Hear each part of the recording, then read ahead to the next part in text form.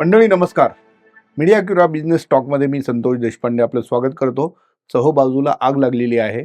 आता पाणी टाकावं तरी कुठं अशी परिस्थिती आहे.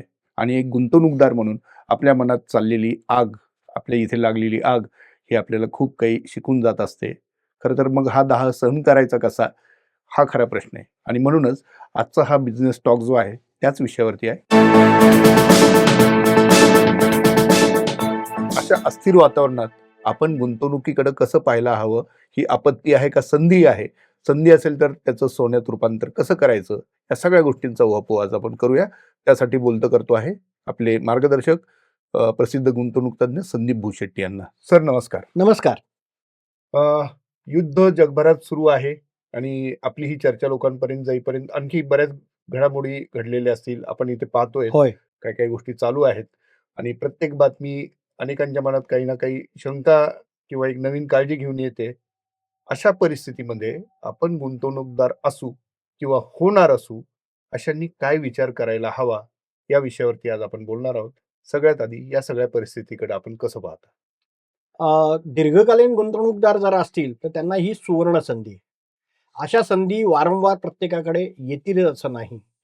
मग ज्यावेळेस भीतीदायक वातावरण जगभरात असतं, त्यावेळेस गुंतवणुकीला अत्यंत चांगला पर्याय आपल्यासमोर येत असतो. कारण अनेक गोष्टी आपल्याला स्वस्त भावामध्ये उपलब्ध असतात. अच्छा. म्हणजे ही एक आपत्ती नसून एक संधी आहे, असं थोडक्यात तुम्ही सांगताय. नक्कीच. आता या संधीचं सोनं कसं करायचं त्याविषयी? नक्की. साधारणपणे 2022 मध्ये जेव्हा पहिल्यांदा रशिया युक्रेनच्या युद्धाची ठिणगी पडली, त्यानंतर बाजार 72,000च्या लेव्हलपर्यंत खाली आला आणि 72,000चा जो खाली आलेला बाजार आज एवढं सगळं झाल्यानंतर सुद्धा 84-85,000च्या लेव्हलला गाठू शकला.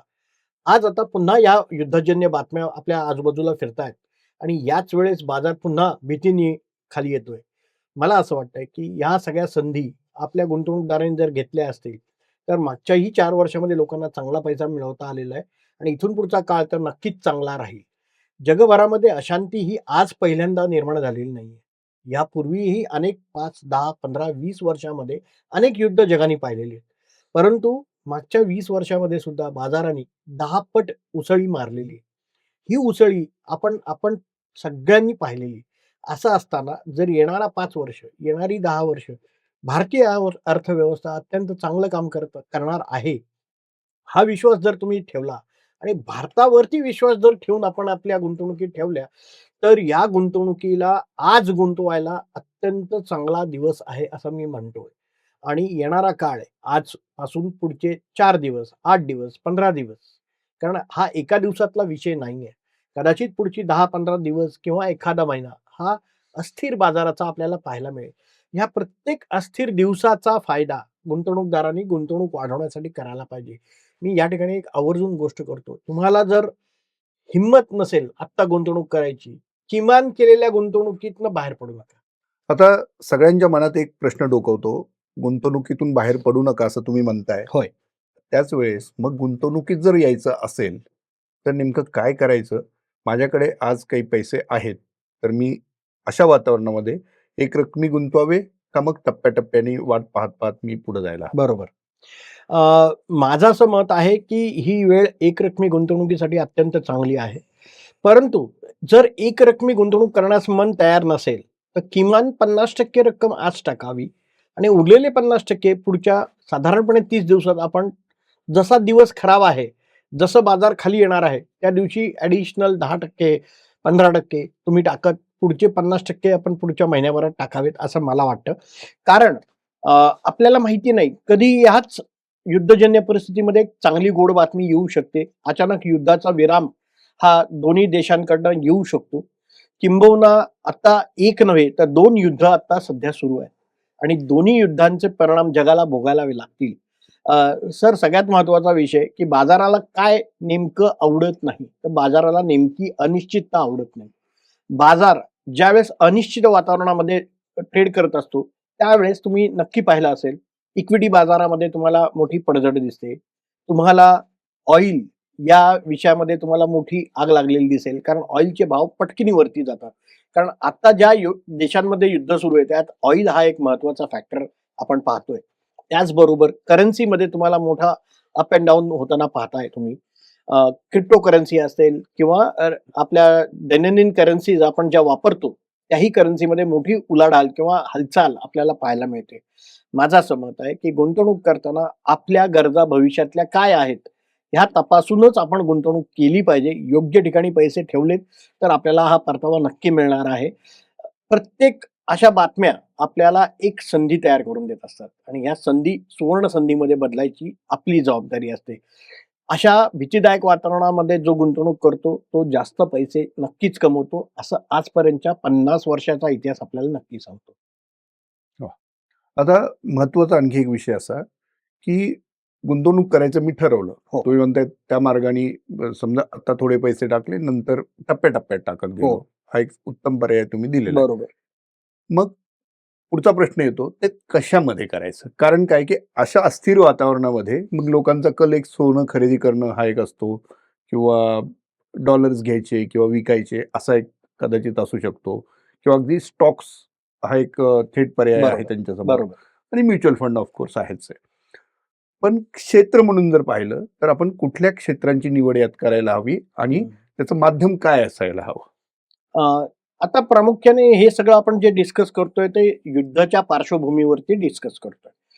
युद्ध होत आहेत म्हणजे सगळ्यात ह्याला संबंधित असणारं क्षेत्र म्हणजे डिफेन्स आणि वेगवेगळ्या प्रकारच्या डिफेन्स इक्विपमेंटची मागणी देशभरात नव्हे जगभरात आता या ठिकाणी एकदम वाढलेली दिसेल. हं, त्यामुळं येणारा काळ सुद्धाही जर अनिश्चित राहणार असेल आणि वेगवेगळ्या देशांमध्ये जसं मी मगाशी उल्लेख केला, की 2022 पासून रशिया युक्रेन वॉर आजही चालू आहे.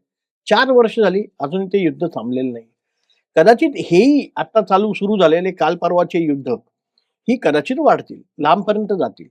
यामध्ये अनेक देश पुन्हा नवीन युद्धाला पुढे जातील. मला असं वाटतंय, की येणारं 4 ते 5 वर्ष हे थोडं अनिश्चित वातावरण राहू शकतं. अशा परिस्थितीमध्ये डिफेन्स या क्षेत्रामध्ये एक चांगली गुंतवणूक संधी निर्माण होऊ शकते. सगळ्यात महत्त्वाचं मी भारताबद्दल बोलतोय. भारतामध्ये आपण आता भारतीय गुंतवणूकदारांसाठी हा एपिसोड आपण करतोय. तर भारतीय गुंतवणूकदारांनी बेसिक महत्त्वाची गोष्ट समजून घ्यायला पाहिजे, की ह्या क्षेत्रामध्ये आता आपल्याला या निमित्ताने निर्माण झालेली संधी म्हणजे कन्झम्पशन. कारण अनेक लोकं आज बाहेर कुठलीही वस्तू मिळण्यासाठी वस्तू महाग होताना दिसतील. कारण मुख्य म्हणजे ट्रान्सपोर्टेशन जे ऑइलवरती अवलंबून आहे आणि ऑइलवरती गेल्याने ट्रान्सपोर्टेशनची कॉस्ट वाढणार आहे आणि ट्रान्सपोर्टेशनची कॉस्ट वाढल्याने प्रत्येक वस्तूची किंवा सेवेची किंमतही वाढणार आहे. त्यामुळे जर आपण 140 करोड देशाच्या लोकसंख्येमध्ये बसलेलो आहोत, तर आपल्या 140 कोटी लोकांना महागाई जरी वाढणार असली, तरी आपल्याला वस्तू आणि सेवा लागणार आहेत. मला असं वाटतं, की कन्झम्पशन हे क्षेत्र इथून पुढच्या 4-5 वर्षाच्या दृष्टीने नक्की विचार करण्याची गरज आहे. युद्धासारख्या परिस्थितीमध्ये अनेक वेळा आपल्याला वैद्यकीय सेवांची गरज निर्माण होते. वैद्यकीय सेवा म्हणजे आपल्याला औषधोपचार आणि त्या संदर्भात लागणाऱ्या गोष्टींची गरज आहे. मग या क्षेत्रातही आपल्याला एक मोठी संधी दिसतेय. वैद्यकीय सेवा म्हणजे हेल्थ केअर. ह्या क्षेत्रातही गुंतवणूक करायला हवी. आणि जसा तुम्ही मूळ प्रश्न विचारला होता, की नेमकं करू कशात? स्टॉकमध्ये करूया, का म्युच्युअल फंडात करूया, का सोन्या-चांदीमध्ये करूया? माझं असं मत आहे, की जर आपण एक ठराविक स्टॉक किंवा ठराविक कंपनीवरती आपण बेत घेत असू किंवा आपण एक इन्व्हेस्टमेंट करायचा विचार करत असू, ते थोडं धोकादायक ठरेल. माझं असं म्हणणं आहे, की या निमित्ताने तुम्ही आपली गुंतवणूक अमाउंट किती करताय हे महत्त्वाचं नाहीये. पण आपण आपली गुंतवणूक जेवढी डायव्हर्सिफाय करता येईल, म्हणजे जेवढं आपण विविध क्षेत्रात टाकता येईल, अनेक कंपन्यांमध्ये ही गुंतवणूक करता येईल, तर त्या ठिकाणी आपण बास्केट इन्व्हेस्टिंग हे खूप महत्त्वाचं ठरतं. बास्केट इन्व्हेस्टिंग म्हणजे तो पर्याय आपल्याला म्युच्युअल फंड देत असतो, की एका बास्केटमध्ये किमान 50, 55, 60 कंपन्या आपल्याला त्या ठिकाणी मिळत असतात. आणि जसं तुम्ही खरंच खूप चांगला प्रश्न विचारला, की सोनं-चांदी मध्ये आज गुंतवणूक करायला हवी का? आता तुम्ही पाहिलं असेल गेल्या 2 दिवसात जशा युद्धाच्या बातम्या आल्या, तसं सोने आणि चांदीच्या भावामध्ये मोठा जंप आपण पाहिलेला आहे. मग आज आपल्याला नेमके सगळेच पैसे घेऊन सोन्या-चांदीत उतरायचंय का? तर माझं म्हणणं आहे, की ते तसं करणं धोकादायक ठरू शकतं. मग काय? तर तुम्ही एक बास्केट इन्व्हेस्टिंगमध्ये एक प्रकार आहे, की ज्याच्यात मल्टी ॲसेट नावाचा एक ऑप्शन आहे. ज्याच्यामध्ये इक्विटीमध्ये पण तुम्ही इन्व्हेस्टमेंट करताय, गव्हर्नमेंट बॉन्ड्समध्ये, प्रायव्हेट सेक्टर बॉन्ड्समध्ये पण तुम्ही इन्व्हेस्टमेंट करताय आणि सोने आणि चांदीमध्ये पण इन्व्हेस्टमेंट करताय. एकाच ठिकाणी ह्या सगळ्या गोष्टी तुम्हाला एका बास्केटमध्ये मिळतात. त्याला आम्ही मल्टी असेट्स प्रॉडक्ट असं म्हणतो. त्या ठिकाणी तुम्ही गुंतवणूक केली, तर तुम्हाला या सगळ्या गोष्टींमध्ये होणारा फायदा या ठिकाणी मिळणार आहे. त्यामुळं एका ठराविक गोष्टींवरती न जाता आता बास्केट इन्व्हेस्टिंगमध्ये जाणं हे इन्व्हेस्टरच्या फायद्याचं आहे. आता ही बास्केट इन्व्हेस्टमेंट कशी करायची हा हो. एक मोठा प्रश्न आहे. कारण बरोबर. सर्वसामान्य लोकांना आता ही टर्म आता समजली आहे आणि ते तुम्ही आता समजून सांगितली हो. म्हणजे काय ते. मात्र त्याच्यात गुंतवणूक कशी करायची, त्यासाठी कुणाची मदत घ्यायची आणि त्यात पुढं कसं जायचं?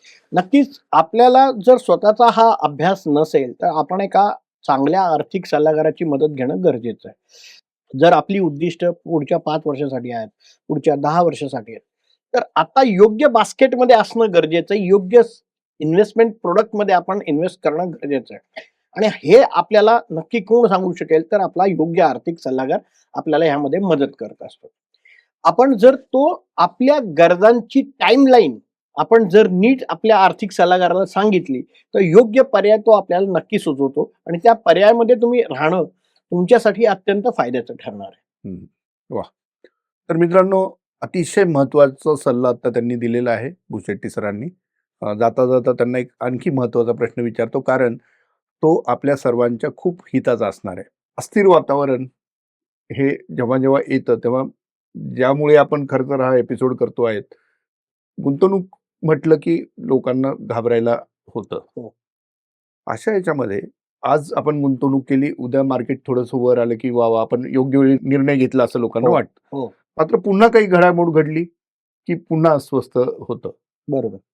मग अशा परिस्थितीमध्ये म्हणजे जिथे वातावरण अस्थिर नाहीये, आता नाहीये आणि भविष्यातही कदाचित नसेल, असं चित्र जर तयार होत असेल, तर त्याकडे कसं पाहायला हवं? मग आपला अप्रोच कसा असायला हवा? अतिशय चांगला प्रश्न आहे सर. साधारणपणे 1979 च्या दरम्यान सुरुवात झालेला हा शेअर बाजार 100 या सेन्सेक्स फिगरनी सुरुवात झाली आणि 1979 पासून 2026 येता-येता इतक्या वर्षांमध्ये अनेक युद्ध जगाने पाहिलेली आहेत. किंबहुना युद्धच नव्हे, तर युद्धजन्य परिस्थिती असूनही बाजारांनी चांगली ग्रोथ त्या काळामध्ये दाखवलेली आहे. जर 100चा शेअर बाजार पुढच्या 50-60 वर्षामध्ये 80,000च्या लेव्हलपर्यंत जातोय, याचा अर्थ ह्या सगळ्या जर्नीमध्ये भारतीय अर्थव्यवस्था आणि भारत नेमकं काय करतंय, हे चित्र आपण शेअर बाजाराच्या माध्यमातून पाहतोय. माझं असं मत आहे, निगेटिव्ह न्यूज ह्या कायम येत राहतील. अजूनही पुढच्या 10-20 वर्षामध्ये अनेक निगेटिव्ह न्यूजला आपल्याला सामोरं जायचंय. परंतु आपण आपल्या पैशांना न्यायचं पुढे कसं आणि योग्य वेळी योग्य पर्याय कसे निवडायचे, हे खूप महत्त्वाचं ठरतं. अयोग्य वेळी अयोग्य पर्यायामध्ये जर आपण ठेवलेले पैसे आपल्याला कदाचित 10, 12, 15 वर्ष एकही रुपया कमवून देणार नाही, हे इतिहास सांगतो. म्हणून आपला पर्याय, आपला योग्य विचार आणि योग्य ठिकाणी पैसे हे अत्यंत महत्त्वाचे. मी पुन्हा-पुन्हा म्हणेन, आपल्याकडे किती वेळ आहे, त्या वेळेनुसार आपण पर्याय सिलेक्ट करावा आणि मगच पैसे गुंतवावेत. पैसे हे भविष्यासाठी टाकतोय आणि पैसे हे वृद्धिंगत होण्यासाठीच टाकतोय. पैसे कमी होण्यासाठी आपण कोणीही गुंतवणूकदार याच्यासाठी काम करत नाही सर. म्हणून प्रत्येक गुंतवणूकदाराला आवर्जून सांगतोय, की ही संधी सोडू नका. ही सुवर्ण संधी आहे. दीर्घकालीन पैसा नक्की गुंतवण्याची ही योग्य वेळ. दीर्घकालीन म्हणजे मग संयम ठेवायला हवा. नक्की. संयमाशिवाय पर्यायच नाहीये. वाह! तर मंडळी, अतिशय सोप्या आणि छान शब्दांमध्ये संदीप सरांनी आपल्याला आज राहायचं कसं, आज विचार करायचा कसा आणि हीच वेळ योग्य कशी, या सगळ्या गोष्टी सहज उलगडून दाखवलेल्या आहेत. आपल्या मनापर्यंत त्या पोहोचलेल्या असतीलच, आता त्या कृतीतही पोहोचायला हव्या, अशी अपेक्षा व्यक्त करतो. आपल्या काही शंका असतील आम्हाला जरूर कळवा. तुमच्या वतीने मी त्या त्यांच्यापर्यंत पोहोचवतो. पुन्हा एकदा त्यांच्याकडून या प्रश्नांची उत्तरं घेतो आणि तोपर्यंत आपल्या चर्चेला विराम देतो. धन्यवाद. धन्यवाद.